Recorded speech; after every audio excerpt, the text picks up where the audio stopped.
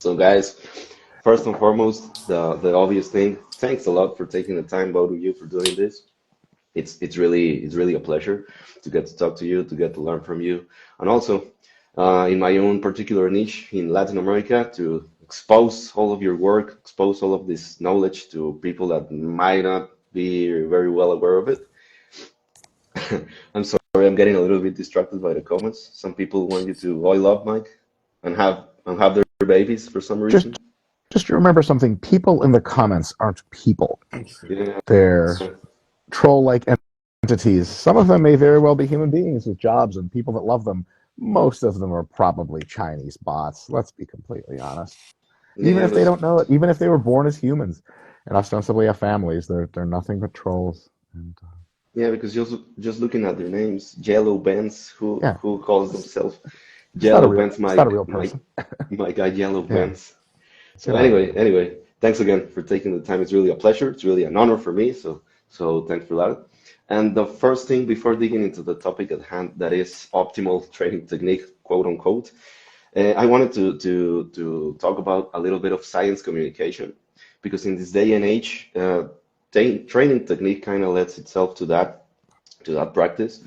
But there are a lot of people in social media talking about the optimal this, the optimal that, and to actually have the people in the science field and also in the training field, I think it's really important to know and get to identify which kind of content, let's say, it's better to just consume as entertainment, and which content it's better to take maybe as a guide to then dig into the literature. So that's the first one I wanted to talk to you about. Mostly the fear of movement, mostly the fear of doing your technique wrong because some profile on social media said it was wrong. And I wanted to hear your takes on that. Let's say the current biomechanical experts and how that can actually hinder performance for the people that are more into bodybuilding, and also maybe give a little bit of fear for the people that are interested in resistance training, and they might fear that they're doing something wrong because all of this profiles, social media, reels, this kind of content. Give it up to you guys. Who do you want to start, Mike? Go ahead, Pack. Cool. So I think that I think that we're losing our minds a tiny bit on social media with the idea that everything needs to be that everything is extremely serious and extremely like, and some of the recommendations we're making are going to make such an insane difference or going to affect people in an insane way. Where am I going with this? Like at the end of the day, we are both myself and Mike and yourself. We are people who love lifting, and we're talking to people who love lifting, who love geeking out, and who have lifting as a hobby, and who sometimes want to make every educated bet in the world. And sometimes some of those educated bets may not be as educated as others, but they love to optimize just for the love of optimization. And some people want to feel like they've done everything in their power to get the most out of their training. It's like people are losing their mind with the word optimal, as if like do that extra sort of whatever pause at the end, or you take an extra second. Worst case scenario, it's not going to make a big difference, but at the end of the day, it may make you feel like you've done the best that you've done, the best that you could from your point of view in order to maximize adaptations. So although I tend to communicate to people that hey, things are not as deep as sometimes as you may think, and as long as you're lifting consistently and you're doing, you're keeping a high intensity of effort, you're going to be fine.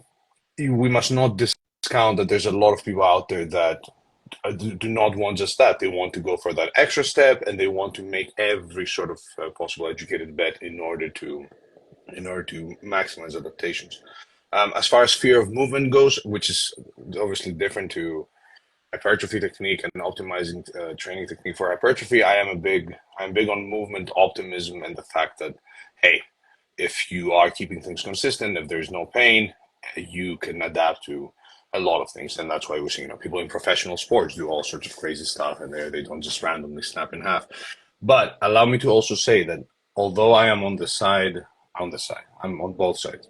But although I like to communicate to people that, hey, things are more flexible than they may seem, having solid gym etiquette and having a solid rationale for not keeping things strict or somewhat standardized um, is also another story. So if you see me train, my technique will look pretty strict, and I will advise people to try their best to keep things relatively strict or have a solid rationale for absolutely YOLOing it. Now, that does not necessarily mean that I will tell somebody off if they're, slightly swinging their upper body during lat pull downs. But at the same time, I am of the opinion that, hey, if you are a bodybuilder, if you are somebody who is absolutely trying to maximize what you're getting out of training, I don't get why you wouldn't make that educated bet in terms of your exercise technique and keeping things strict. So here I'm playing every sort of field. I'm with one side, now I'm on the other side, now I'm in the middle, now I'm on the left, now I'm on the right. So yeah, that's my honest take. That was really good. Uh, so I think that technique matters for results, and I'll get into this later, I'm sure, but it matters not just for stimulus, but for fatigue management, and not just stimulus and fatigue management, but it also has something to say about injury risk. Um, and so, back to your point of there's tons of elite athletes doing crazy shit and they're fine. There's also tons that are not fine, that are career-ending or life-altering injuries. You just don't see those guys in the Olympics by definition because they're at home with broken limbs or whatever. No doubt vaping, like you criminal. Look at those tattoos and that watch. This guy's a gangster. Why am I debating him? This is a criminal, a known Greek criminal. Um, but only Ocean's 11, like really cool crimes. Where you're like, damn, dude, that was sweet. Shit like that. Heists only. But so there are a few other nuances of technique, but generally speaking, the degree to which you care about the specificity of your technique should scale with two things at least. One is your desire for optimization, and two is your ability to understand your knowledge base and ability to understand how to implement optimization. If you don't really know anything about biomechanics or about training and you see some guy on TikTok telling you about how to do the lat pull down like this versus like that, you don't even know what you're looking at. And so you're like, oh, this was bad. Like, why? They're like, well, because, like, I don't know. Like, good, just shut up. This is no reason for you to pay attention because you actually can't tell apart right from wrong. You just don't know enough stuff. And if you don't care about optimization, which like most of us probably shouldn't, then there's no reason to get into crazy nuanced techniques. Like, so on the hack squat, I put my toes out a little bit. Like, motherfucker, what are you training for? Like, just look good at the beach. Does it hurt your knees? No, it's just fucking, you're good, man. Don't worry about it. Now, if you want to break through the IFB Pro ranks, you had a severe injury you're coming back from, you tend to be fragile, and your body really pisses you off when it isn't a super smooth technique. And if you're just trying to push your limits and be as good as you can at something, and you know a lot on background biomechanics and physiology of how technique works, you can get very, very specific, and it pays dividends. But it pays small dividends as you go. Just like if you're just hungry, just any Chipotle will do. If you don't want to eat Chipotle, you're just not hungry enough. Easy. Now, if you are a connoisseur of fine dining, Chipotle doesn't cut it anymore. I mean, it does for me. But, you need fucking organic, homegrown, farm to face, whatever that shit is, Michelin star shit. And then for you, it makes a difference. So I think a lot of times the quest for optimal technique is similar to someone posting on YouTube or social media. Here's how to find the best car. Well, like, hold on a second. Do I want the fastest car or the car that costs the most just to be ostentatious about it? Or do I want a car that's good on gas mileage, et cetera, et cetera? So a lot of times optimal technique is only definable within a very small context. But I will say, and I'll put forth 6 ideas about what I think are universals or near universals in good technique that most people probably need to be paying attention to at least a little bit. There's a very big difference, and Pac and I follow Pac's page, always like a bunch of his stuff. I don't know if it's, Pac, I don't know if your method of doing this is effective or more comedic. I'm there for the comedy. Hopefully it's effective.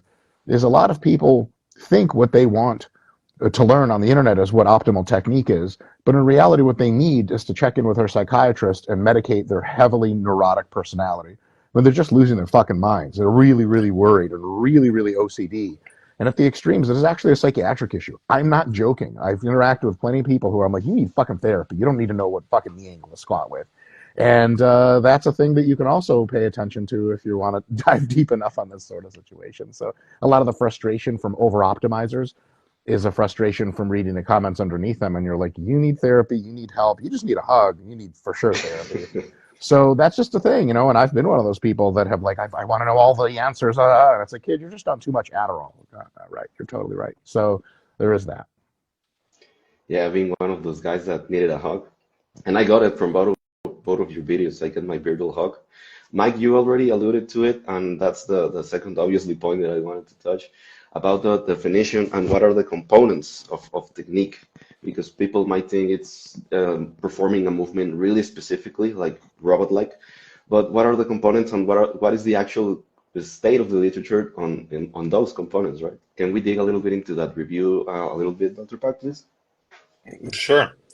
So, just a small disclaimer for what I said before about elite athletes. I meant about movement in general, not specifically resistance training technique. That people have this idea that, oh, if aesthetically something does not look as whatever, we have certain aesthetic standards, right? Your shoulders not caving in or whatever, and they have this idea that, oh, if any slight deviation um, from a textbook technique that we've essentially come up with without necessarily having a ton of research to support that, oh, if my shoulder's slightly round, my body's going to go, is going to go into destruction mode and I'm going to hurt myself. Um, so that was that comment there. It wasn't necessarily about resistance training technique, but as far as resistance training technique, and we published a narrative review, and let me throw the disclaimer out there. A narrative review, guys, is like a glorified blog post, as Max Coleman put it. Like it's a peer-reviewed blog post. It's our take on the literature, and the reason we opted for a narrative review is because in order to do a systematic review on a topic, you need to have studies that have directly addressed the topic. And as far as exercise technique goes, there wasn't anything. So we did a narrative review on optimizing resistance training technique to maximize muscle hypertrophy. And to our surprise, there wasn't even like a well-established definition of what technique means. And which was crazy because you think that, okay, proper technique is something that we hear so much about. Even in the literature, there's papers that say subjects trained with maintained proper form. But we are at a stage now where we want to look more and more in the literature and see what actually constitutes of optimal technique. Anyways, we identified the following components: repetition tempo, range of motion, exercise specific kinematics, and that's what I alluded to before, and that's pretty much it. So how you manipulate each of those components essentially allows you to have good or bad technique. But even there, we don't necessarily know what is really good or what's really bad. However, by looking at each component specifically, we can sort of make an educated bet on what makes most sense as far as some general principles to follow and some general boxes to tick as far as exercise technique. So, do you want me to touch on each component or just? Yeah, for sure, I would think that would make an interesting discussion. For sure. So when it comes to repetition tempo, things, I was of the opinion that, oh, there are certain things that we need to make sure that we're doing, like having a slow eccentric. But then when we looked closer at the literature, things were not as clear cut as we thought. They were a bit more mixed. So there is some literature suggesting that a slightly longer eccentric may be a bit better marginally for some muscle groups, but then you get some other studies that have showed the opposite or no difference. But overall, as long as you have an overall repetition duration of anywhere between 2 to 8 seconds, things seem to be solid. You seem to be covered. Now, obviously, that's left. There's more research needed, right? Like this is a very like we're still looking at things, and it's not like the literature that we have on tempo is extremely solid, but it does suggest that we can be pretty flexible with repetition tempo. Then we have range of motion, where we essentially, and I don't know, some people lost their shit with this, although we didn't say anything that crazy. We said that based on the current literature, it appears that utilizing a range of motion that biases longer muscle lengths should be the default approach to exercise technique. Although cutting off that short part may not give you an added benefit, and it may even give you a bit more hypertrophy. More research is needed. Plus, we don't have enough research on, training only at long muscle lengths for every muscle group. Therefore, make sure you're getting a good stretch. Like that was essentially the outcome there. And as far as exercise specific kinematics, and that was the most interesting part of the paper for me, as in like, how do we have certain directions on how to perform a squat. You're supposed to point your toes that way or do this or do that. Um, as far as direct research on manipulating body position and slightly pointing your elbow in or out or whatever, or slightly widening your grip, we don't have we have very limited data when it comes to that and actual effects on hypertrophy. There's a couple of studies, one on the calves specifically, where they had people like point their foot like outwards, inwards, and so on and so forth. But other than that, we don't have much. So as far as practical recommendations go, we said that, hey, as long as you're controlling the eccentric and your repetition duration is somewhere between 2 to 8 seconds, and you're prioritizing training at long muscle length, you're making sure you're getting a good stretch, that seems to be you seem to be ticking most boxes as far as the current evidence goes when it comes to optimizing training technique. Now, as far as exercise specific modifications from a technical standpoint in terms of how you perform a squat, as long as you are making sure that whatever modification you make allows you to tick those boxes, the range of motion and tempo boxes, you're most likely okay. From a safety perspective, again, things are very, very limited. Like we do not have any direct evidence on whether squatting or let's say deadlifting with a slightly rounded upper back is going to injure you more than doing something else, or whether slamming the bar in your chest is worse than controlling it a bit more from an injury standpoint. And also, surprisingly, from an external momentum standpoint, which I thought was also crazy, we don't have any direct evidence on whether external momentum makes a difference as far as hypertrophy. Now, absence of evidence ain't evidence of absence. There is a modeling paper that actually argues that external momentum may help you lift more load, therefore more hypertrophy. But if using external momentum takes away the load from the stretch, then you could argue that probably not the best idea. So overall, we concluded that, hey, optimal technique for hypertrophy may be a bit more flexible than previously thought. Emphasize long muscle lengths, 2 to 8 seconds tempo, and minimize external momentum, because we don't have any evidence now, and you could make a point that I cannot see a ton of positives, and I gotta shout out Max Coleman again because we had a discussion on this. I cannot see a ton of positives of like really swinging your arms up and like really using external momentum on most exercises. Like the pros there, I don't really see them. And since we don't have any evidence, probably best to put that aside for now. So with all that said, I wanted to ask specifically you, Dr. Mike, if this narrative reviews, specifically about range of motion, that we already had a conversation on partials, but I wanted to ask if this has directly impacted on how you train yourself, how you train other people, and how you view, what is actually a correct technique. If you still, let's say, focus on the stretch, but also on the top contraction, maybe for some muscle groups, because we don't have data for all of the muscle groups. So I wanted to ask about your opinion. Has anything really changed in practical application? Yeah, definitely. So I used to find, before we had a lot of direct research on this, I used to find the idea that the full range of motion will activate all of the motor units in different parts of the muscle. And I thought that was compelling on theoretical grounds. And I always noticed a huge boost in a stimulus to fatigue ratio or stimulus proxies with a deep stretch. So doing that a long time anyway. But I used to give a little bit more credence to making sure to get the peak contraction too. Now, I was not really often an emphasize the peak contraction kind of person, outside of some small isolated cases. But the new literature on range of motion really showed me that, like, if you have an exercise for which you are purposefully reducing the impact on the deep stretch and at the same time purposefully increasing the impact on the peak contraction, you're going to have to at least tell me a story about why you think that's a good idea. And sometimes it works. Sometimes the perceived stimulus to fatigue ratio is just way better at the peak contraction than a deep stretch. And that may, in fact, actually result in more growth or no more growth, but better joint and connective tissue integrity over time, or less fatigue, which is another way of saying more growth because you can do more sets and get away with the same fatigue.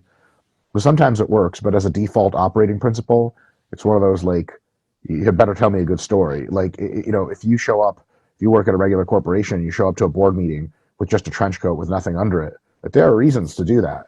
You're like, hey, actually, I'm the chief financial guy, and we just got a $1 billion valuation confirmed. Here it is. The guys will be like, all right, show me your dick. Nothing fucking matters anymore. This is amazing.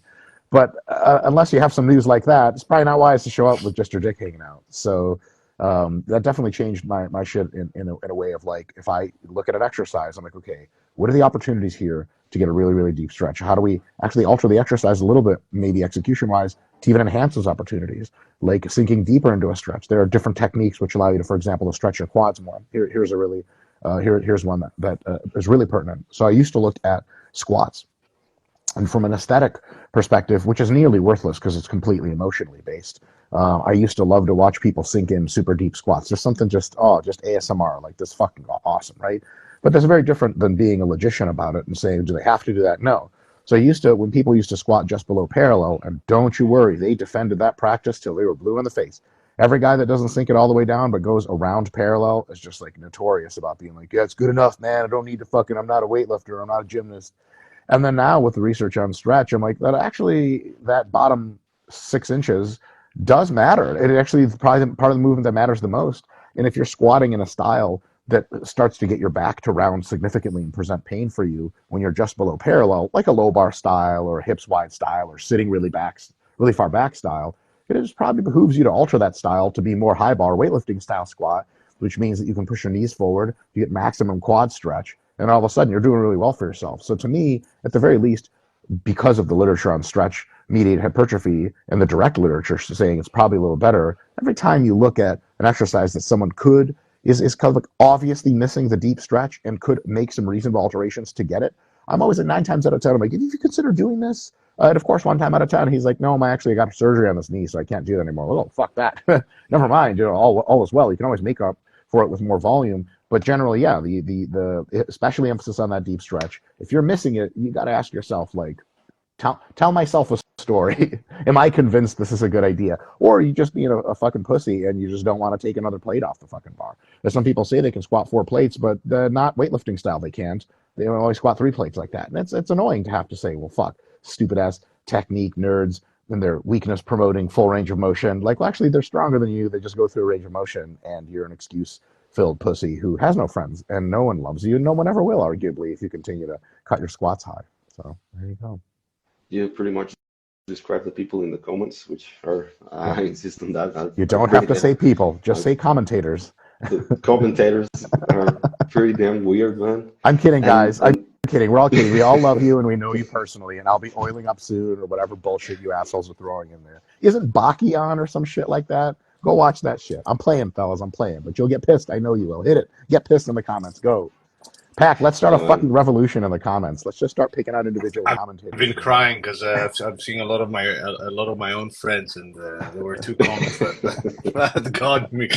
We keep commenting the name of a friend and his address and the different sort of characterization after it. And my friend hit us with a fire one this time. All right, there you go. I love the Instagram feature of having like people comment while you're talking to 2 or 3 other people. It's just no upside whatsoever. It's insanely distracting.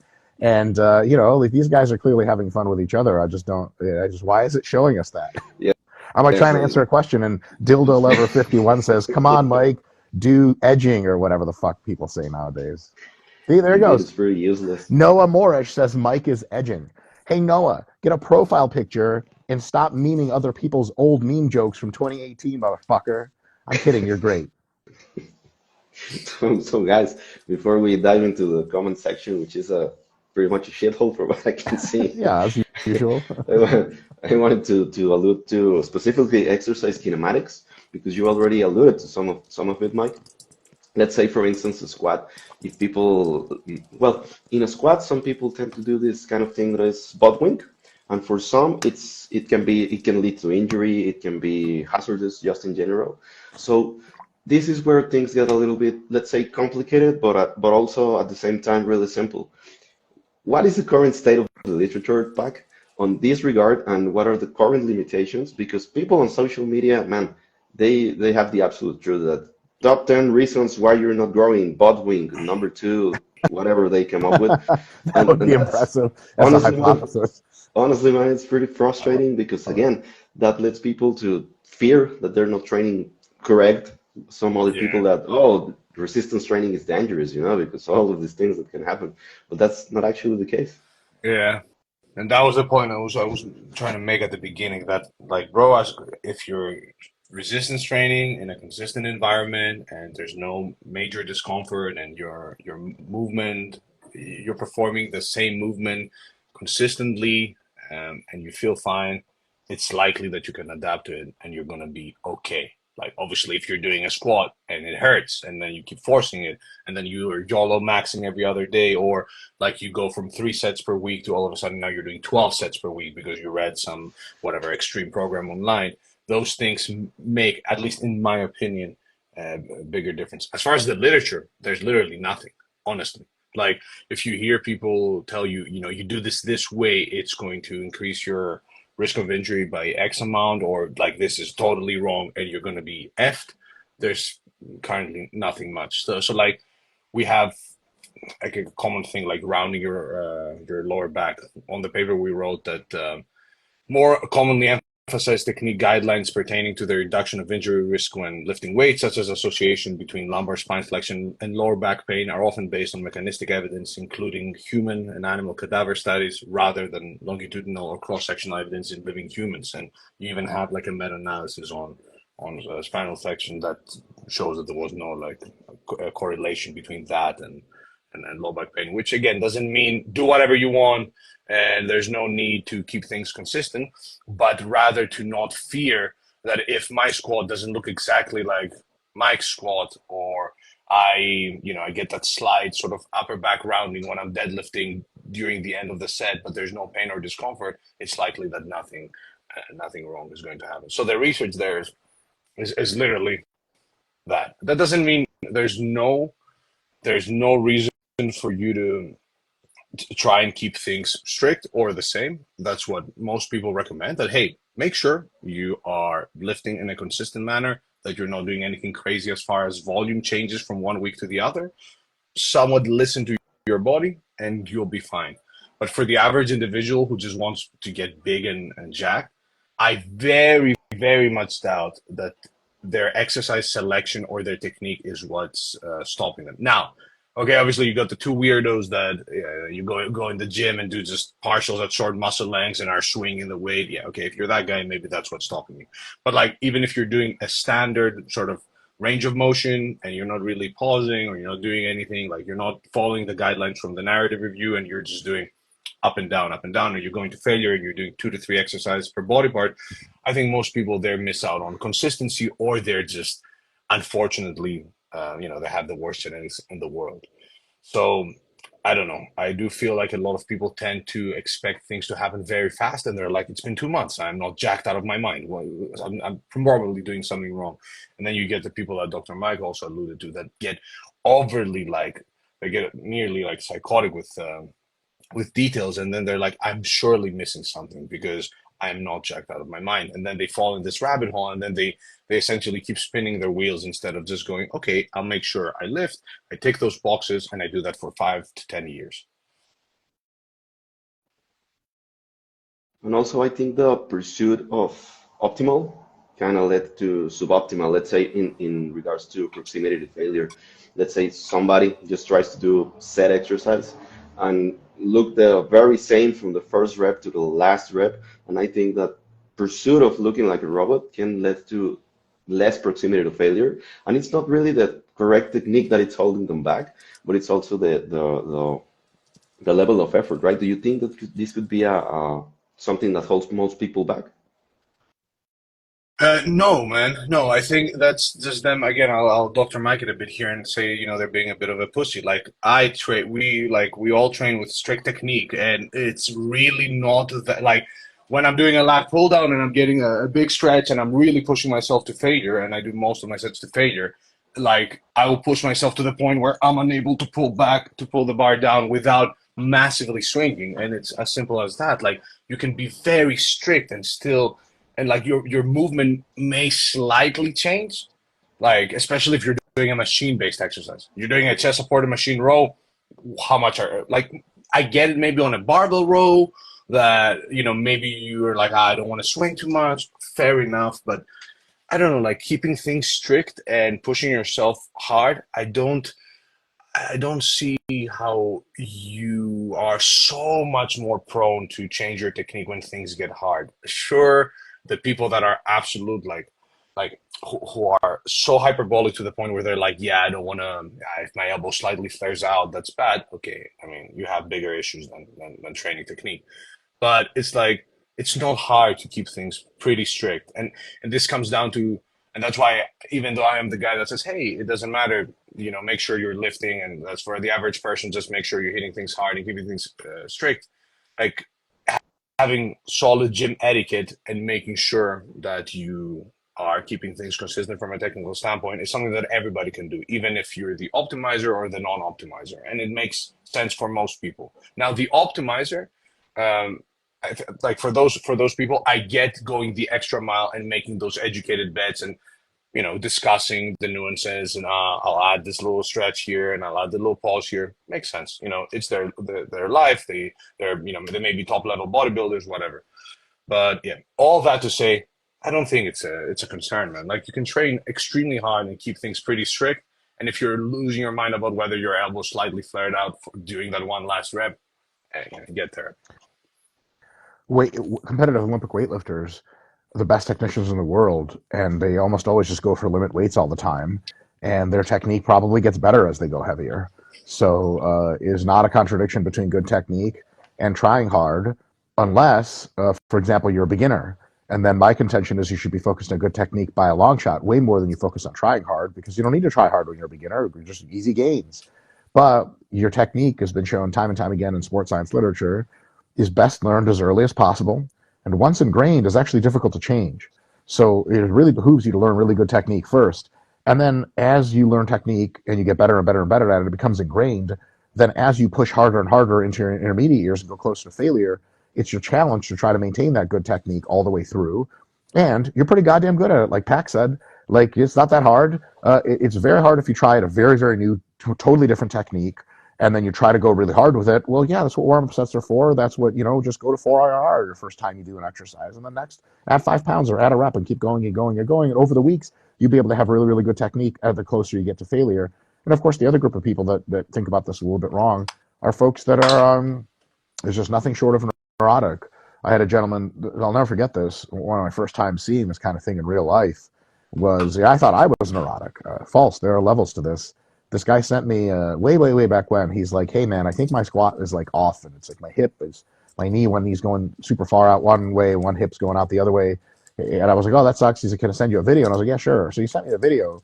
And he was like, can you tell which leg is the whatever one? And I was like, I watched it. You guys, I really did. I put my old Dr. Mike hat on. I tried to look at it. I was like, this is flawless. And he's like, you're kidding. And I was like, I can't tell. He's like, which leg is it? I was like, is it the right one? He's like, no, it's the left one. I was like, well, there you go, motherfucker. Like, legitimately looked like a perfect squat. And he was like, nah, man, something's off. And it's like, you just need like benzodiazepines or some shit like that, bro. For real. JK. But like, it was like, no, like some people just get that, like, whatever the opposite of ASMR is, it just this feeling inside of them. They're like, something's wrong. Something's wrong. And it's like, nah, man, you're good. And the thing is, proper coaching and proper interaction, assuming this person has a coach, proper coaching is when you're doing something obviously fucked up, the coach tells you to fix that shit. When you're doing some shit very, very well, but you think you're not, the coach is like, just not up and do it well. You're doing great. And so over time, coaching and yourself, watching other YouTubers, hopefully getting a real coach, you get a really fine-tuned sense of what matters and what doesn't matter. And then you're always in that middle ground that Pac and I kind of talk about of, yeah, you should pay attention to technique, but like you shouldn't lose your fucking mind over it. And especially if it comes at the expense of like, because objectively, there's nothing anyone can spot about your technique that's bad. Why are you stopping 5 RIR and looking around and going, I don't know, man, something's off. Like, maybe, is it something's hurting? And like, what doesn't hurt? You're like, so it's uncomfortable for your knees? Like, what's not uncomfortable? So what is it? They're like, I just feel like, nope. You gotta do better than that. And look, you can feel like whatever, and you can explore and change your technique over time, but at least train hard with whatever technique you think is good for now. It's kind of like, there's a zombie army running at you, and someone gives you like an AK-47, and you're like, well, I wanted an M4. I didn't want an AK-47. And they're like, okay, do you want to shoot this for a while until we get you the M4, or do you want to just throw it on the ground and have the zombies eat you? Which one? You got to train with whatever best technique you have. You got to train hard. There's lots of people that experiment with different exercises. They try the optimal technique. Nothing quite feels right, and they end up just having done a session of just like 10 RIR bullshit. And it's like, nothing's clicking today. Nothing's feeling right. Like, no, you're mentally ill, and you can work on that. So that would be that middle ground to shoot for. And sort of as Pac said, if you're a beginner, if you're not ultra super serious about fitness, but just the basics. There's like 3 of them that work great. And then if you're really advanced, I think I count like 6 things, 6 elements, fundamentals of technique that you should be considering. And that's for people who really, really, really, really, really, really give a shit. And there's a difference between those people, and most people think there's not. It's the same kind of people that want basketball tips from LeBron James. Like, you trying to play pro ball or some shit, or is LeBron talking about how to do the fundamentals? Because your middle school basketball coach would be the best person in the world to teach you fundamentals. Anything LeBron can teach you they haven't already learned, unless you're dunking on a fucking 12-foot rim, you don't have shit to learn from him, because all his shit applies to the elite. So when bodybuilders, pros talk about like when they pull like this versus they pull like that, yeah, to them that actually can matter. Actually, like for me, if I have a grip slightly out on a lat pull down versus a neutral grip slightly in, I do get my upper back more hit this way and my lats hit a little bit more this way, like in a way that I can tell, like pumped and sore and all this other stuff. But like if you just want an overall big back, who gives a flying fuck? And if the judges were like, look, your rhomboids look great, your upper back is awesome, we need a little bit more lats. Yes, it does behoove you to alter your technique in such a way that even by a small fraction trains your lats more. It's just strange to see from someone who weighs 120 pounds. Or like, I really need big lats. Like, what the fuck, kid? You need to grow up, motherfucker. Why don't you just do some good technique, basic power lifts, and shut up about it for a few years? And then when you have muscles to show for, then you can worry about the specifics all you like. And then at that point, you're intelligent enough to detect what's going on. A lot of people try to get real specifics to beginners and like do this because of that. Like, can you feel that? I never ask beginners if they can feel shit, because who gives a fuck? They don't know what they're doing. They don't even know what to feel for. So a lot of times people invite themselves to the discussion of optimal technique and what it looks like before they even speak the relevant terminology. Like, I don't watch 2 videos on Astrum on YouTube about how quantum mechanics works and then get in the fucking Reddit boards on quantum mechanics and be like, I think this whole model is imposed wrong. What the fuck are you doing? You don't even know what you're talking about. So that's how I feel about that. Can I But that can actually, I yeah, can I yeah, use please continue. an analogy? It's like, I want to Dr. Mike it a bit here.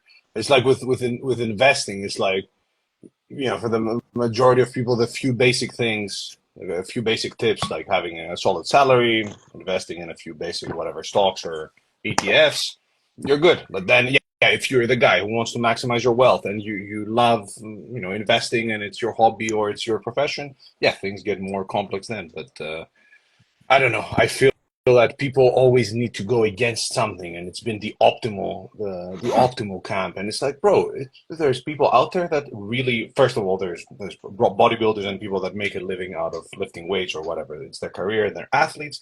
And there's also people that enjoy geeking out and want to go in the gym and do the optimal technique. Yes, optimal means making educated bets and nerding out about what hypothetically makes more sense than the other thing. But nobody's out there saying, "Hey, if you don't get a super deep stretch on deficit push-ups and you just do regular push-ups and you just beat reps every time, you're not going to grow." Or if you do regular chest press versus Nautilus super deep stretch, extra padded seating chest press, you're not going to make gains. And it's like, it's free information out there. Just don't consume it. If you don't like it, don't follow it. Like, nobody is out there putting activity guidelines for my mom, telling her, hey, those 3 sets of push-ups you did were suboptimal. You're wasting your time. Get yourself in the gym and do 6 sets of chest per workout for 3 workouts per week.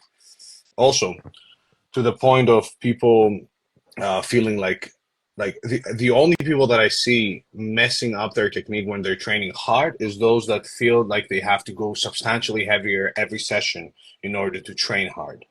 It's only those people that you see them absolutely destroying, absolutely going YOLO with their form, because they're like, I gotta progressively overload, bro. Therefore, I'm gonna go 2 plates down, and from doing like a regular lat pull down where they could have done 10 solid reps and go to failure, they're now trying to force 10 reps to match reps from last week, and it just looks like an absolute shit show. Besides that, I think it's all, not impossible, but it's very difficult for you to not train hard and still keep things strict without it being rocket science. It's really not that deep. Yeah, and I think one of the current issues is again in regards with social media, because what is the type of content that gets the most likes, the most interactions? The one that tells you precisely that you're fucking up, or that it's this precise thing that you need to change. And I think that gets lost on most people interested in fitness, at least. So I wanted to hear you. What could you recommend to people who consume social media, who consume YouTube, Instagram, whatever it is, to get to know the difference between what is maybe meant to be entertainment and what can actually educate you, or if not, at least point you in the way of a better education. Jeez. Well, it's tough to tell if you don't know what you're talking about. Um, I'd say a couple things. If you're new to shit and you're not really familiar with what's going on exercise wise and technique wise, I would try to consume a lot of content that was based on and advertised to be for the beginner, or things like fundamentals. Google or YouTube search basic techniques for lifting or beginner techniques and all this other stuff. And then usually they're not going to throw a lot of crazy concepts at you, and they're going to come more from that perspective of like, hey, just move around and do good technique and you'll be fine. And that's really kind of what you need to get going. And if you don't understand the reasoning for something that someone recommended, you're probably not advanced enough to be consuming that content and meaningfully deciphering whether or not it's a good idea or a bad idea, unless that person comes highly recommended. And then also, to be completely honest, if you don't know if it's a good idea or a bad idea, you probably still shouldn't do it, even if that is a good person. Like if Jeff Nippert says something, Jeff's probably taken a lot of time to think about it. He's probably right.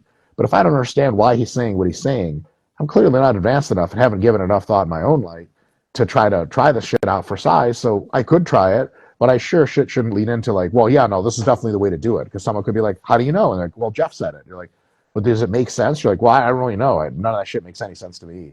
They're like, well, I wouldn't be too excited about endorsing it. So basically, if someone is talking about the basics, if someone's speaking at a level you can understand, and you're able to parse whether or not it's likely bullshit or not likely bullshit, then you're consuming the right content. Now, like Pack and I are probably educated, and Daniel, you as well, educated and knowledgeable enough to consume any fitness content and get as out of it anything we need to. Anywhere from this is entertaining and confirms my ideas, all the way to this is entertaining and is fucking wrong on every level. But like none of that's going to brainwash us because we know how to parse all the data. Most people don't, and so they need to be sticking to people that are speaking to the demographic, and they need to be able to understand what's being said fundamentally as at least seeming reasonable. That kind of brings out the problem you're kind of referring to, Daniel. I think is where you have a lot of people being pro-optimal and critiquing non-optimal. They don't know why they're doing it. They're just parroting what somebody else said. It's Yeah. not a great look for you. It's embarrassing to the individual. I was like, I had a guy like critique me once. I post regular videos when I'm training, and one guy was like, doing like pull-ups and bent rows in in a workout for back. And he's like it's fucking pathetic that you're doing these boomer exercises. And like I click on his profile for shits and giggles, and it doesn't exist, as most people who comment on the internet don't. And by the way, doesn't exist also means less than 150 pounds, in which my quantum analyzer doesn't pick up your body weight, and I can't even tell you there. But it's a joke. That person is super, super sure that like the fucking this kind of optimal back shit is ideal. But I tried to ask him, like, what is it about these exercises that's suboptimal? He didn't even know how to verbalize it. So obviously he's been consuming the wrong content because he's not been consuming content he can even explain to himself. Thus, he cannot reasonably believe in it. Thus, he should consume content that is at his level of like, this seems reasonable. I can explain to myself and other people why I'm doing this. And if you ask them, well, what about this other TikToker that says this other thing? You just say, oh, I don't know. I'm not sure. It's okay to say you don't know. You don't have to be like the arbiter of what is optimal. People ask me like, hey, like physical therapy, how does that work? I'm like fuck, fine, no, man. I know like 3 things about it. But I have like it would take me probably 1 year to get a doctorate in physical therapy with everything I know up to now, and I'm still like I have no fuck clue what I'm doing. So a lot of times it's totally fine when people saying advanced shit to see yourself the fuck out of the conversation. You would do that to two electrical engineers were talking to each other. You'd be like, what is your opinion about electrical engineering? I have no strong opinions about it one way or the other. But you ask people about lifting technique and what's optimal, and they're like, well, yeah, obviously. And you're like, tell me why. And they're like, well, you're gay. And you're like, okay, that's your response. That's true, but also irrelevant. Yeah, I agree. And I think people are, again, like, even if you were a beginner and you were to just consume Dr. My content, worst case scenario, you optimized a bit more and made a few educated. Like, it's really not that deep. People create this sort of straw man where it's like, even if you watch the most advanced technique videos, what's the worst case scenario? That what you get a deeper stretch and you try three exercises that are not conventional. It's like this idea that we're being plagued now by all the scientists and the PhDs and it's like, bro, it's 2024. You get 300 free videos per week, all high production value. And all of them pretty much highlight the same fucking five super basic points that are not that difficult to comprehend. And you also get 300 more channels that, or whatever, educators that are going to tell you, hey, just do the absolute basics. And that includes myself. But the idea that, like you hear Jeff's name, for example, Jeff Nippard. It's like, is there any person in the world that watches a video of Jeff and thinks, wow, this was the most complicated thing I've seen in my life? I have Yes, no, yes, it's like, yes, sure, it's Pack, there is. detailed.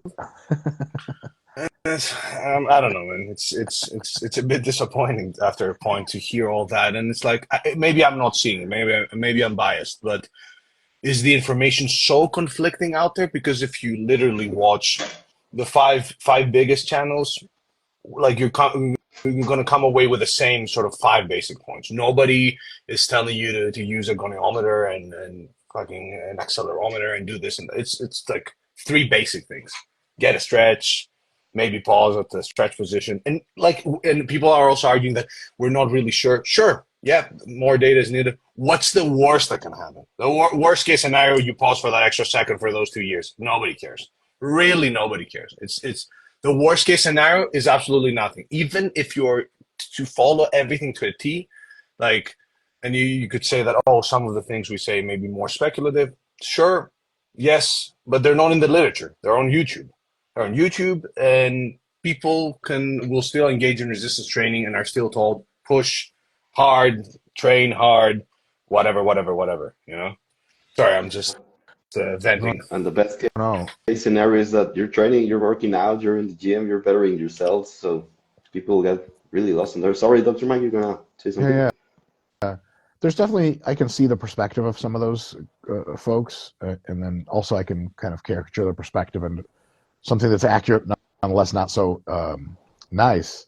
So it is true. There's a group of nerds that instead of training hard, will try to overcomplicate things as a way to get away from hard training. I don't know very many of them in real life. Most of the nerds I know train harder than everyone else, but some people are like that, and it's absolutely annoying to be someone who trains hard to like detect that. So I think a lot of the bros that hate the technique optimizers, they like accurately sniff out that some of the technique optimizers are people that just don't train very hard, and they're using it as an excuse. They're trying to basically get some credit for something like belonging to the fitness industry and being a person who's important and people know, by getting away from the very thing that like gives you honor and belonging in resistance training community, which is you've suffered long enough to have a huge jacked physique. Since a lot of these guys are neither jacked nor do they train hard, it's really tempting to be like, you're a fraud and you're making all this nonsense up in order to fit in and consider yourself important even though you've never accomplished anything yourself, which is totally true in some cases. But it was a valid critique. But on the other hand, the bros themselves kind of have a lot of other shit to deal with. One of them is that fundamentally, yes, some people are actually not sufficiently intelligent to understand nuance and technique, and this can upset them because it makes them feel stupid, which they don't like. But also, they pretend they have a lot of cognitive defense mechanisms against this feeling stupid, and one of them is like, well, none of this fucking matters, and it's just something they make up in their own head, and they sometimes tell other people, and other people who are also stupid and can't understand complex things will agree with them, because if I can understand it, why the fuck am I going to care about if it matters or not?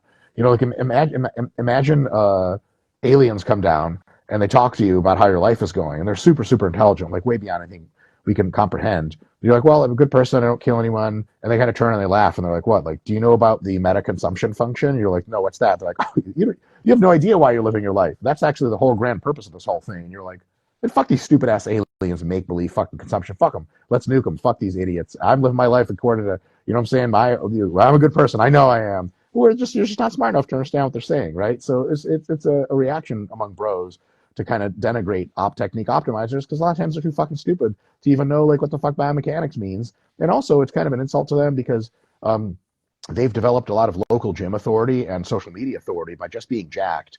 And then what they've gotten from that is the somewhat correct but somewhat illusory idea that they also know things. Whereas reality, they just had pretty good genetics. They ran a gram of test on average for 10 years and they lifted really hard. And now they're fucking huge and people look up to them. And when people look up to you as an authority, you start to believe it, and you're like, I am an authority. And when some technique optimizer says, what do you think about the bilateral hemo junction of the bicep femoris, blah, blah, blah, you don't know what any of that means. You're thinking, like, motherfucker, you can't get in here on this shit. Like, the only thing that makes me an authority is because I train hard and I'm fucking jacked and I know what I'm doing. And if I don't know what you're talking about, then what you're talking about is not important because I already know everything I'm supposed to know. It's weird. It's weird to meet people who actually can ask you questions that stump you. I was actually an invited lecturer once at one of the U.S. Olympic training centers, and this gentleman asked me about what I thought about saunas for making weight for weightlifters, and I went on this quite technical diatribe about how they're stupid, and he actually had a quite really, really reasonable technical retort to my thing, and I was like, that's a fucking great point. I don't think it goes as far as you think it does, but I absolutely will consider it. And the thing is, like, that was fucking embarrassing. It happened in front of 20 people who were like, oh, this guy's the authority. And then all of a sudden, like, no way, that guy's the authority. And so sometimes, people say shit you don't understand and it makes people feel a certain way, which is why you get comments on like optimizer TikToks and Instagrams of some fucking retard bros like, man, just fucking overcomplicate things, just fucking lift. It's like, I get it. Shapes and colors are fun for you and reading is hard. But you don't have to come on here and tell the bros they're fucking stupid or the optimizers are stupid. They're not. They're smarter than you. But are they neurotic and are they trying to avoid work? Yeah, some of them are. Yeah, goes both ways. Yeah. I think it's at the same time funny and interesting how a not rocket science topic like exercise technique can lend itself to get to know these particular problems that exist on social media based on all the assumptions all that you talked about, Dr. Mike, that when you have a profile on social media and you get followers, you're jacked, whatever, you're suddenly become an authority and you suddenly believe your own words, even if they're wrong or you haven't done the introspection or the reading of the literature. And that happens a lot with technique, a lot with all this search for optimal and also the negation of the search for optimal. So I think that puts us in a really kind of weird situation. And that's why I wanted to talk about this topic with you specifically, because you have also the doctor on your name, and that gives you even more authority. But even then, you're willing to accept maybe in this side of the research, let's say range of motion, or let's say tempo, let's say the definition of technique itself. We're not quite sure about this. We're not quite there yet. And the ability to get to say in front of a big audience, well, I don't know, we're not quite sure. I think that's something that myself in my own particular practice and all the people that get to listen to you can really learn a lot from. To me, that's really valuable. And I think that's the better way to consume content really on social media and also to consume science. Thank you so much, man. Otherwise I would just be lying. And like lying is fun. It gets you a quick Machiavellian boost against other people in your social sphere. But in the end, it's a bad habit. And also it makes you less familiar with the reality of the world. I just want to get jacked. I don't want to lie to myself that I know how to get jacked. If someone has a better idea about how to get jacked, I want to know about it. And I'm going to adopt it to use it for myself. How important you are, whatever, is generally based on how much quality content you put out and how many people like how you speak or how you talk or the sound of your voice. That's what really determines popularity. And so you can be totally upfront and say, I know what I know and I don't what I don't, and I can change my opinion whenever I need to and be just as popular as someone who dogmatically sticks to one thing or the other. The problem with dogmatic sticking is that you got to go down with that ship. It's going to be bad news. So like you can say, technique doesn't matter at all. And period. And that's your thing. That's what you're known for. And if for a couple of years from now, you may still be largely correct as far as we can tell. But then a couple of really good AI-based studies done on kinematic modeling that scales 1-to-1 to humans can be done. 10,000 reps of squats per second with, in simulation robots that have all human physics accounted for. And I'm like, actually, yeah, rounding your back in the squat is going to injure you by a 5% higher risk. And then you find that out, what the fuck are you going to do about it? You going to argue against AI? No, you're going to be fucking embarrassed. So better change your mind earlier than sooner, and better yet, don't attach yourself. If someone is like, look, absolutely distinctly, the top fraction of the contraction is just better for hypertrophy, then the deep stretch, myself and Pac and Milo will drop deep stretch as quick as we picked it up, man. Fuck that shit. I'm trying to get It's jacked. true. I'll do whatever clown shit I have to in the gym in order to get jacked. If you say train like Branch Warren, no offense, if that's going to make me the most jacked, then fuck yeah, I'll do it. So it's bad to attach yourself to pretty much anything. You just want to know the truth, you know? I agree.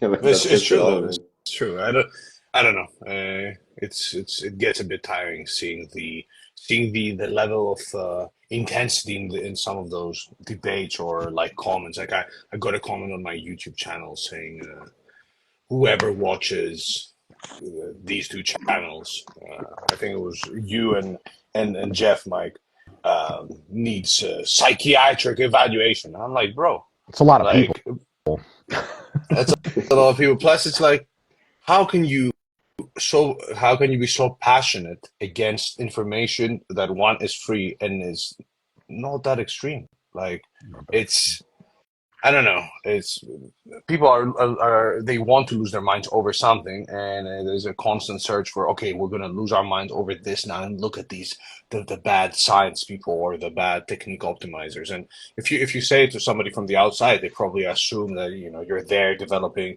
equations and models, and it's so and then you look at the video and you're like, oh, what? It's a 10-minute free video with a humor that says do this and then that. Oh, Yeah, okay. Oh, that's it. Ah, fair enough. sure. Okay. Why are people so mad about it? I don't know. And it's the issue is that what I get annoyed with is this straw man that people in the evidence based or the science based world are telling people, hey, this matters for everyone and everybody should do it. And if you're not doing it, you're wasting your time and you're a loser. When the consensus is pretty much, hey, want to get jacked? Make sure you're lifting consistently, lifting hard. Don't be an absolute a-hole with your technique. And then you obviously have the content for those that want to optimize, and that's different. And that's it. I haven't seen, besides maybe Joel Seedman, like besides that guy, like there's nobody else out there making any outrageous claims. And I will say it for even the biomech people that are not my cup of tea, that they will do the exercise tutorial 30 minutes on how to perform a lat exercise. And maybe this is a strong one from my end as well. But like I get it. Some people enjoy that sort of stuff and they want to have alternative ways to perform a lat pull down or a lat pull over or whatever. It's totally fine. But even those people will tell you, hey, make sure you're doing this and that and the other, or at least most of them.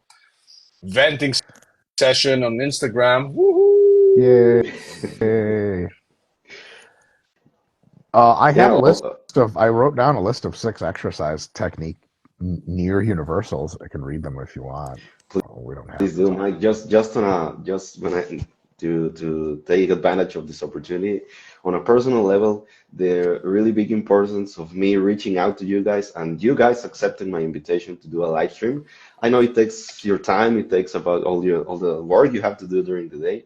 So I'm deeply and really grateful for that opportunity every time you have accepted. And because for me, doing this kind of thing, it's really important in this format because, well, at least in my own context, in social cultural context in Latin America, we're kind of a little bit behind, maybe in the United States, maybe in the United Kingdom.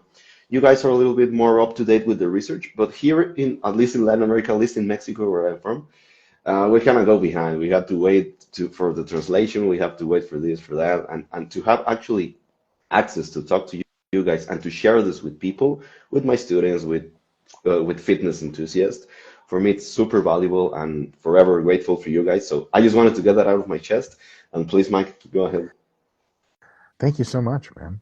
Well, exactly for those people that may be looking for some less controversy debating, that was sweet, Pac, and more kind of take-home messages. Here are some of mine, and maybe Pac can just, you guys can disagree with these, but I think I count 6 sort of like technique universals. I've published videos before. It's just 8 or 7. I think it's pretty similar. I'll tell you guys these. And again, like one thing you'll notice is they're not ultra controversial, and some of them are very definitional in the sense that like, duh, of course this is good technique, but it's good to say because sometimes your ego gets you carried away. Some of these can bring you back. So the first one is good technique highly recruits the target muscle. So good technique for a skull crusher means you're going to feel your tricep a lot and something's going to happen to it. If you have like an ultra wide grip skull crusher, someone could be like, this triceps really like what's being stimulated? You're like, not really. I feel it more in my chest. And then you have a problem. That's not very good technique. With dips, if you lean over and take a wide grip, it can just mostly be chest that's targeted and not triceps. So that's a part of good technique, is making sure you're targeting the muscle. The second part is, in many cases, make the target muscle the limiting factor. So good technique on the squat, one way we can tell it's good technique is that when you're going to failure on the squat, it's the quads failing. Bad technique on the squat would be like when you're going to failure on the squat, it's your lower back failing to keep you upright. Well, maybe technique had something to do with that. And so you want the target muscle to fail, because when we say failure, training close to failure gives you the best results, we do mean the target muscle, not the whole movement, the whole system. It doesn't matter. Failure is just fatigue to the system. So if you did a bunch of reps in the deadlift, but your grip was the thing that failed, congratulations, your set was for forearms mostly, and not really the rest of you, because you didn't take it close to fail. Another thing about good technique to me is that it's pretty similar rep to rep. It's not neurotically identical, but better technique is almost always going to be it's going to be almost identical rep to rep. There is a very nuanced discussion of injury probabilities, and that you should try to have the reps look a little bit different rep to rep to decrease your probability of getting hurt. So if you get good at only one particular arc of movement, and then something just stochastically puts you off that, the probability of injury is much higher if you haven't been there before. So it's actually a bad idea to try to get exactly, ultra, super specifically, exactly identical reps. But it's a good idea to get the reps to, all check the same boxes, which means they're going to look damn near the same. And that's from a variety of perspectives. You want most of the exercises to be learned at a deeper level, ingrained, so that you can focus on specific aspects of technique and on pushing hard during the set, not overthinking the technique. And if every one of your reps is different, that's a lot of data to integrate, whereas every rep has the same rough movement goal. That's a pretty simple thing to integrate, and you can have a lot of bandwidth doing it. Point number 4 is good technique usually doesn't skip the deep stretch. Better technique usually takes more time and more effort to get into a deep stretch and sort of bake in that environment. It's not a categorical rule, but on average it's true. And like I said before, if you have a convincing reason for me not to do that, then I'd love to hear it, but I need a convincing reason. It's kind of like the default. It's like you're at the mall, this bitch walks by and she's hot as fuck. You try to go over to talk to her, your boys say, hey, don't do that. They better have a convincing reason. Like, she's a serial killer. That's still hot.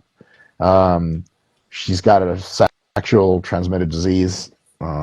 Wrap it up. JK, you still hit on her. Fuck. But in any case, sorry, the second to last one is going to be that you're exerting control during the entire time of the movement. And that's mostly important on the eccentric phase, but there's never a time in your technique where you're out of control. Like if you're doing lateral raises and you look like you're doing like some crazy shit like this, it's like, don't tell me you planned to do that. At least if you have some control, that means you want to go from point A to point B, and you have some time to make sure the movement is decent. And eccentric control probably increases your, so eccentric control, as far as my reading the literature is, the degree of eccentric tempo, be it you control it for 1 second or half a second, still control, versus you control it for 8 seconds. The results are seemingly, in the medium term, identical or very similar for hypertrophy. That's categorically true to say that when you lower the velocity of an interaction and change nothing else, on theoretical grounds, very solid theoretical grounds, injury probability reduces. The most predictive effector of injury rate in sport is velocity of the movement. How dangerous a sport is exclusively depends, and exclusively in large part depends on its velocity. Like, the number of people that die in wrestling is insanely small. The number of people that die in formula is insanely high, because then that car crashes at 300 miles an hour, shit's going to happen to you.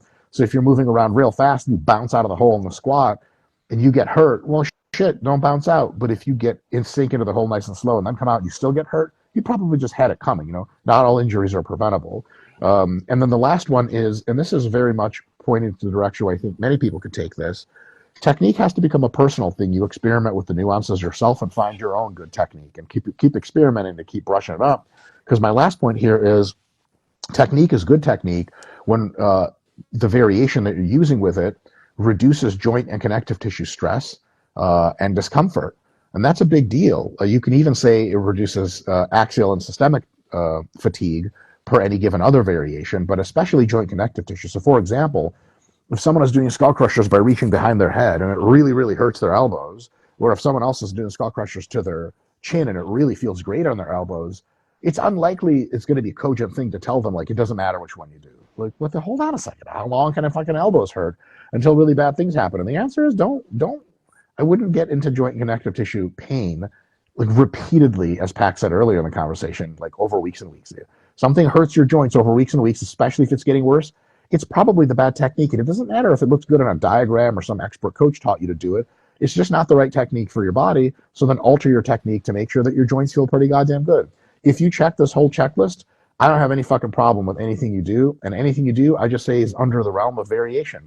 You're like, oh, it's an interesting variant that you're trying. I hope it works out well for you. You're like, would you do it like this? Like, I wouldn't do it like this for me. I never felt it this way. But if you think it works great for you, as long as you have all the basics in place, hey, fucking rock on. I think that, Pac, I wonder how this is for you, and Daniel, for you as well. But I think some people think that when I enter a gym, like a regular public gym, I'm looking over at everyone and they're like, angles and shit. And I'm like, that's off by a factor of 0.15. That's off by a little bit, blah, blah, blah, blah. But the reality is I generally just group people into two kinds of groups. One is people doing a fundamentally great fucking job with their technique. Ah, you're good. And then the other group is like, you're an egotistical idiot, retard, and you're going to get yourself broken in half here real soon. And I'm just going to sit here and watch until you hurt yourself. Now, there it is. So that's really the two groups I'm looking for. And they're not that hard to spot because a lot of things is as long as you intend to do good technique, a lot of times it's pretty goddamn good. But if you intend to just lift as much weight as possible, body be damned, that's pretty easy to spot too. And when those guys start defending their technique, you're like, dude, you're not in here for technique. Get the fuck out of here. Yeah, exactly that. And it's you will never see somebody following the most basic technique guidelines. Let's say you pick up like an NSCA book and you follow the most basic technique guidelines. Like that person will still be ticking some of those boxes, if not all. Like nobody looks at people doing irregular bench press and thinks, "Fuck, look at this idiot here. He's not using a cambered bar, or he's not pausing, or he fully locked out his elbows." You know, we look at that person and think, "Oh, some person benching, great, nice work."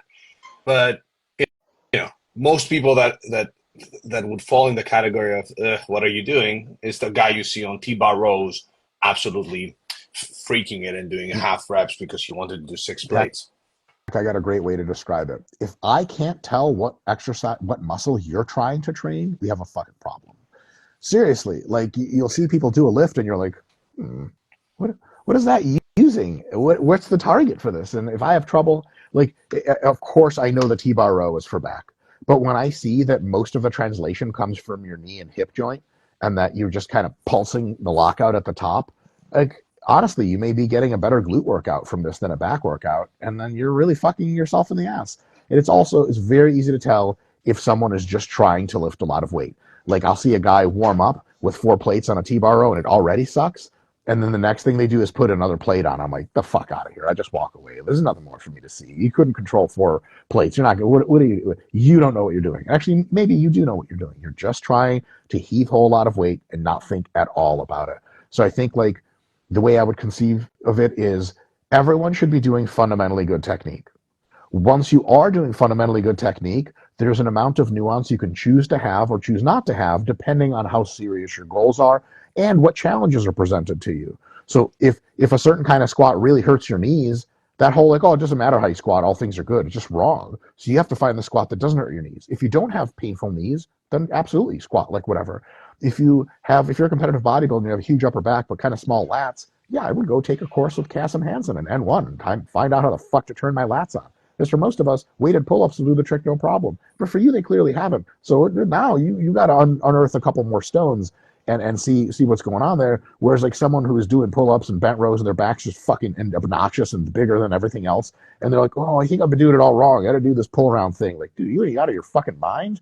Like, yeah, sure, it's always good to enhance, but you got to think about how much other stuff you could be enhancing in your training, and this is not a limiting factor for you. So, just kind of 100%. Philosophical way to consider that. 100%. And it's important to know that, like, for the bodybuilder who needs bigger lats, like many people hear that and they assume it's just a guy that has no lats. Like for the average person, they wouldn't be able to tell the difference. It'd be like, oh, this guy's huge, his lats look great, but yeah, for that person who's like, yeah, maybe I need a little bit more. I compete at the highest level. The judges said more lats. Yeah, it's totally fine. Nobody is going to look at somebody. I mean, nobody in their right mind will look at anyone performing a regular exercise and think, it's shit or whatever, or you're leaving a whole lot of gains on the table. It's when people are not lifting with a high intensity of effort where you see the set ending and you're like, bro, you had like 20 reps left there. Or when it's absolute like ego YOLO reps for no reason. Because it doesn't make sense. Like there's no argument that I can hear, and I see that in the gym as well. And I'm not the technique strict, I'm not the guy that will go to people and tell stuff. But I do have friends at the gym that ask for the odd advice here and there, and you see them sometimes not being able to turn that the ego off, and you're like, it just doesn't make sense. There's no, I cannot see a valid point for going down that route. Aside, okay, sorry, let me be super open-minded. Pack 2.0, shaman, absolutely open-minded Buddhist.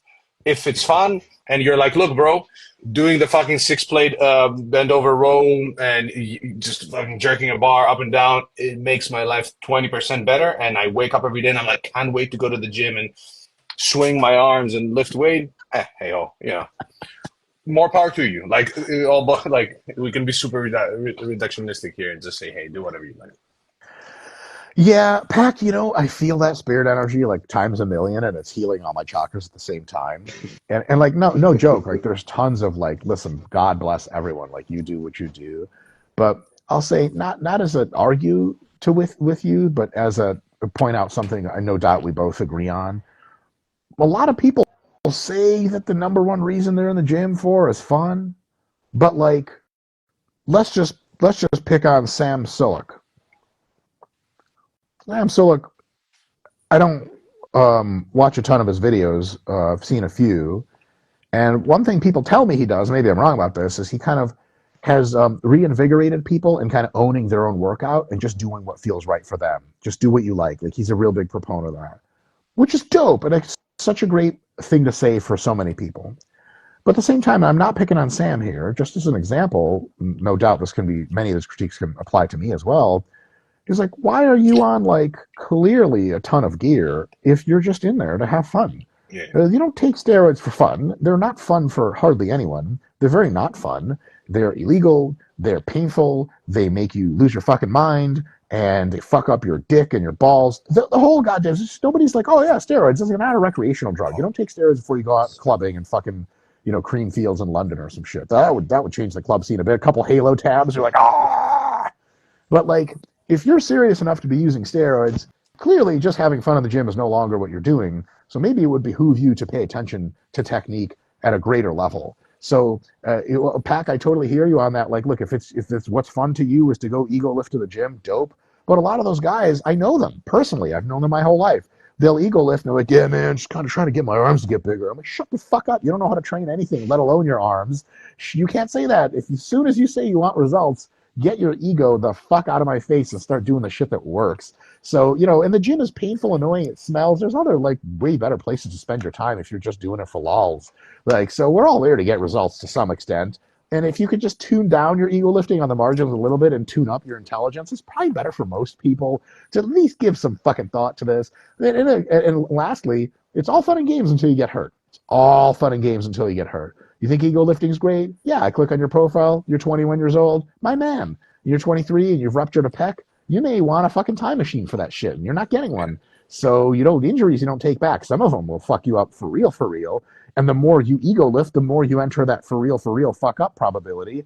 And it's just fucking stupid to do. It's just short sighted. So, yeah, it's almost like saying, should I really get a license to drive a forklift to figure out how it works? Or would I just have fun with it and like smash it into stuff?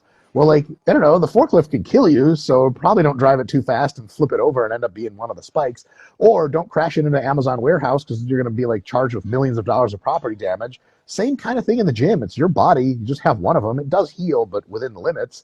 And also nobody likes being like, yeah, I fucking tore my quad leg pressing, but 6 months, surgery, I'll be fine. I'll be back at it. Be like, back at what? They're like, ego lifting again, brother. Like, that's fucking insane. So, because, the ego lifting, the doing what you like is dope from a spirit energy perspective, but from like if you want to go a little bit beyond spirit energy and try to make really good decisions, yeah, you should probably use some good technique and think it through and just not be a total exactly. fucking doofus. Yeah, exactly. And like the only like to be fully clear, obviously we have the hypothetical of the one guy in the world who loves doing everything, go lifting, and truly within himself he has, you know, been He's to the mountains at and he peace, knows right? Yes. he's at peace.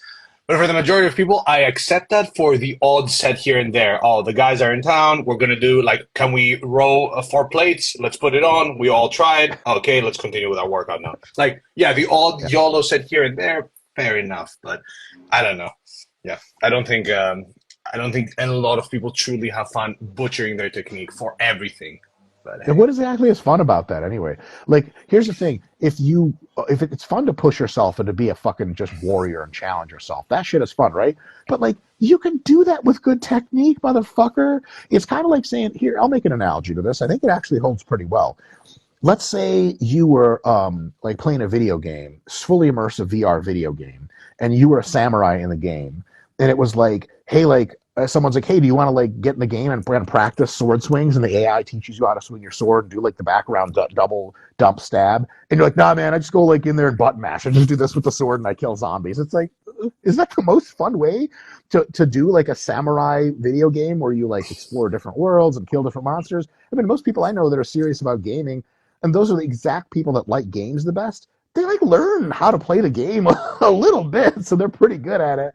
And so to me, it's like, you're in the gym, you love fucking blasting it just like I love cutting zombies. But if I'm really serious about a video game, I want to learn how to fucking do the high cut, low cut, medium cut, the double leg drop cut. I want to know how to do that shit so I can be good at cutting zombies in half. And if I'm in the gym, I want to know how to do proper techniques. I'd be good at the stuff I'm in the gym. Just pure spirit energy only takes you so far. And there's no, it's like, yeah, but if I have to think about technique, it's all off for me. Like, really? So do you like, the martial arts are bad too because you just want to go in the UFC cage and do like the windmill where you just do this? Like, the fuck is wrong with you? Bullshit. yeah, So, you know what I mean? Yeah, totally. It gets you to a certain degree at a certain age because when you have post-injury training, kind of changes things, and maybe you learn the hard way to pay a little bit more attention to training, but also knowing that a few yellow sets, like Puck mentioned, it's perfectly fine.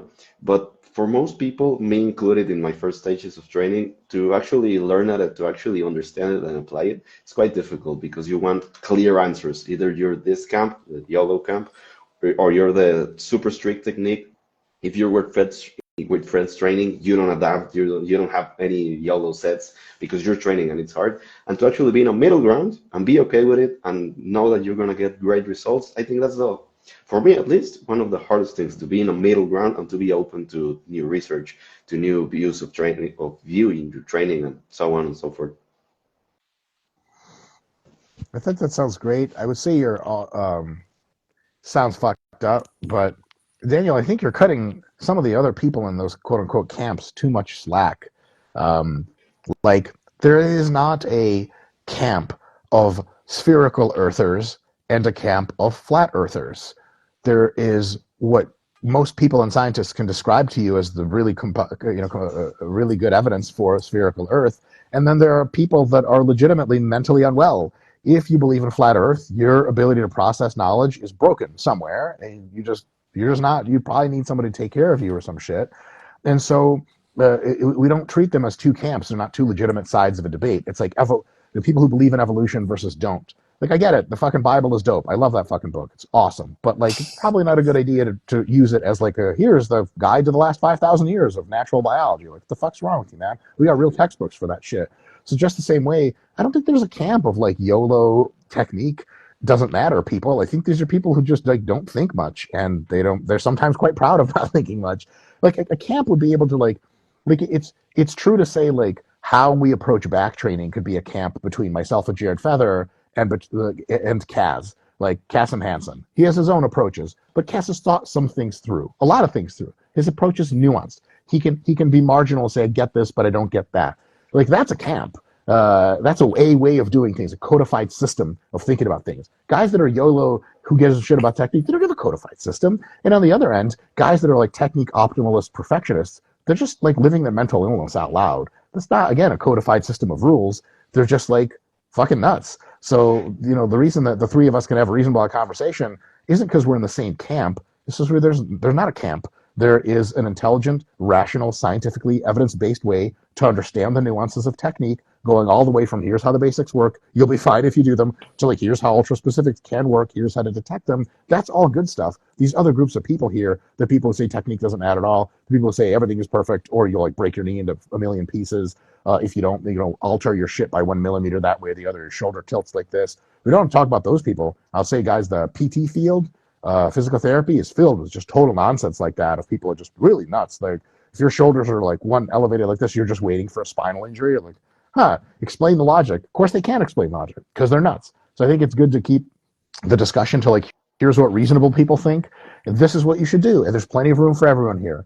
And then these are fun other groups of people to occasionally poke fun at, or sort of agree, yes, these groups exist, but we don't have to like overthink their positions. Because guys, here's my main point: they haven't overthought them. It's really strange when you're thinking more about someone else's position than they have. What is it? You can't reason someone out of a position they didn't reason themselves into. I'm not sure if that's true, but if you're more reasoning than the person who holds that position, you got to stop overthinking how much you have to think about that position. So when people say, what do you think about like guys that just say YOLO and fuck technique? I don't think about them at all. Here's why. They don't think much. They just do this. They're not, and any thinking they do is usually pretend thinking to rationalize their dumb shittery.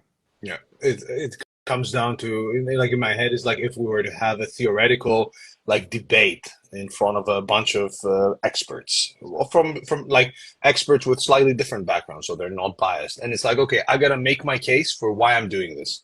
As Mike said, like we among us there may be things that we slightly disagree on or we view differently, but we can both come with 25 PowerPoint slides and be like, look, this and this and this and this and this. With the YOLO technique, just lift hard, brother, whatever, just get away from point A to point B. I don't know. I don't think you can Nobody's make making a PowerPoint, man. They don't know how to use PowerPoint. The and at the software is already too difficult to understand. and at the end of the day, I'm not sure if you've seen this classic, image of a 9 or a 6 drawn, and there's one person from the one side and says, "Oh, it's a 6," and from the other side and it says, "No, it's a 9." And it's like there's another picture debunking that and saying, "No, bro, somebody drew that, and Sure. it was either a 9 or a 6." Like it's not all, oh yeah, it depends on how you view it, and we can all like we getting closer to the truth. There are some things that will be more on the right and the truth side of things, and some things that are not. If this like the super slow crowd that tells you you have to lift 10 or 15 seconds up, 10 to 15 seconds down. Unfortunately, it's further from the truth and closer to the truth based on the current scientific evidence. Mm-hmm. Sure, you can do it and it's fine and whatever, but like if we're arguing about what is actually better and we're trying to make that point, I think that we can make a better argument for why it's not closer to the truth. Yeah, definitely. Yeah, for sure. I think that was a more than awesome closing point to the discussion. So I don't want to take any more of your time. Thanks so much, Dr. Mike, Dr. Point, for your time. I wish I had a little bit of tape here. It's really, really appreciated how the people listening. If you allow me, I'm going to upload this as is on YouTube so people can watch it whenever they want to.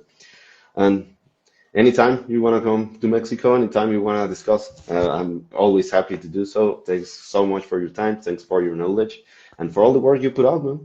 Guys, Thank you for having us. thank you so much. Always a huge pleasure. Good to see you guys both. My pleasure. Take Hope you care. have a great rest of the day. Take care, guys. Nice to see you. How do you do that, man? Where's the secret? I can't do that. Oh, that You looks gotta be good. on Apple. I am on Apple. My shit doesn't do anything. Fuck. Me too, God damn man. it. Is Siri? Mine You have Siri turned on or just something? doesn't work, I man. don't know. Oh, it does this thing. I know it does that. Anyway, Well, all right. take care, Peace, guys. homies. Peace, Take care, guys. guys.